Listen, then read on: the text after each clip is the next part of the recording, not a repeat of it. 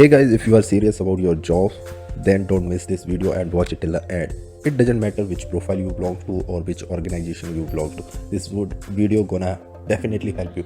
Now come to the point. You might have heard about the latest news of today that Microsoft is laying off nearly 1000 employees. Just think for a second if you are one of them and you are losing your dream job. I know it's really hard to just imagine itself, then understand about those employees' situation, what is going on in their mind. But in this video I'm not going to talk about the numbers, but I'm going to talk about the reason of this laying off, because number can be anything. Also, you need to understand why you should be worried about this laying off even if you are not belongs to Microsoft. As you know, every organizations follow big organization to get the similar growth what big organizations are getting. So if you will understand the reason of laying off, then you will understand my purpose of making this video. As per them, they are not getting expected growth, and it's been a tough year for Microsoft. The company has been hit hard after the pandemic. Also, their revenue from its mainstay products like Office, or we can say the Windows, declining. Because of that, Microsoft has been forced to make some difficult decisions and want to focus on its growth areas such as cloud computing and artificial intelligence.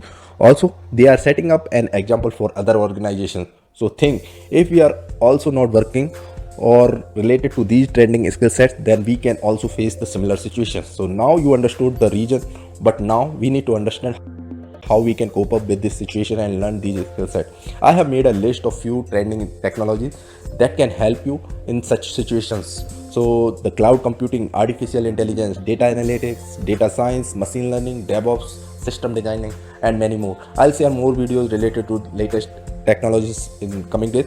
So let me tell you about myself. I'm learning cloud since 2014, and now I started learning DevOps as well. Even I'm pure infra guy and working as an infrastructure designer, but still I feel that I should know the latest skill set to be aligned with the trend.